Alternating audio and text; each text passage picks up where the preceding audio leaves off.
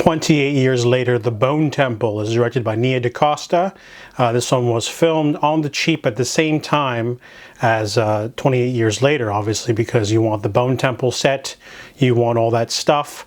So this is not really a spin-off, it's a direct sequel because it literally takes place immediately after the events of 28 years later. We're following Spike as he's grabbed by the Jimmy gang. They are led by Jimmy Crystal, who is played by Jack O'Connell in a really great role. He plays a really unhinged, weird, probably mentally ill man who keeps a cult, a Satanist cult gang of the Jimmies. And he calls each of his members a different form of Jimmy.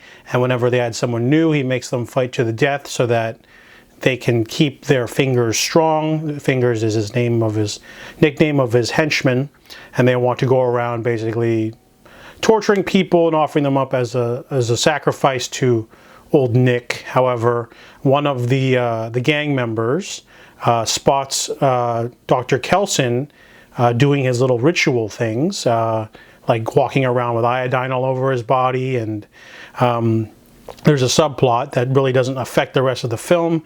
Dr. Ian Kelson from the 28 Years Later movie is trying to cure Sampson. So Sampson is that giant alpha, and he uses morphine concoction to keep Sampson docile so that they can just hang out and listen to music or just chill. However, he tries to offer a special type of concoction in order to try to cure the rage virus, which is something you'd think would be pretty interesting, but it's not really in the movie. And the two subplots never really converge on one another, really.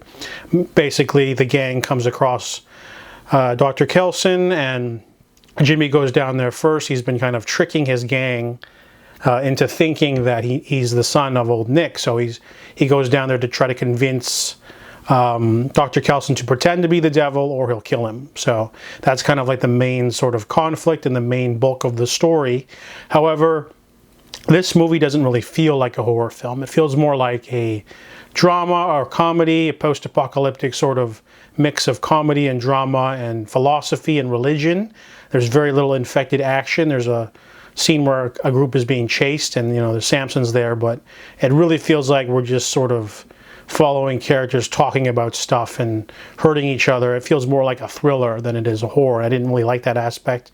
All the characters from 28 Years Later is back. You got Spike, you've got the Doctor. But overall, I kind of feel like there isn't enough story to go around. This movie definitely feels a little light. It's only like an hour. This movie's a full almost 2 hours, but it doesn't feel like much is happening, and the two different plot lines don't converge. 28 years later, The Bone Temple, I feel, is an improvement on the one that came before it in 2025, mainly due to the strength of the actors Jack O'Connell and Ray Fine, but overall I felt it was lacking narrative heft, scares. It didn't feel like a horror, not enough infected.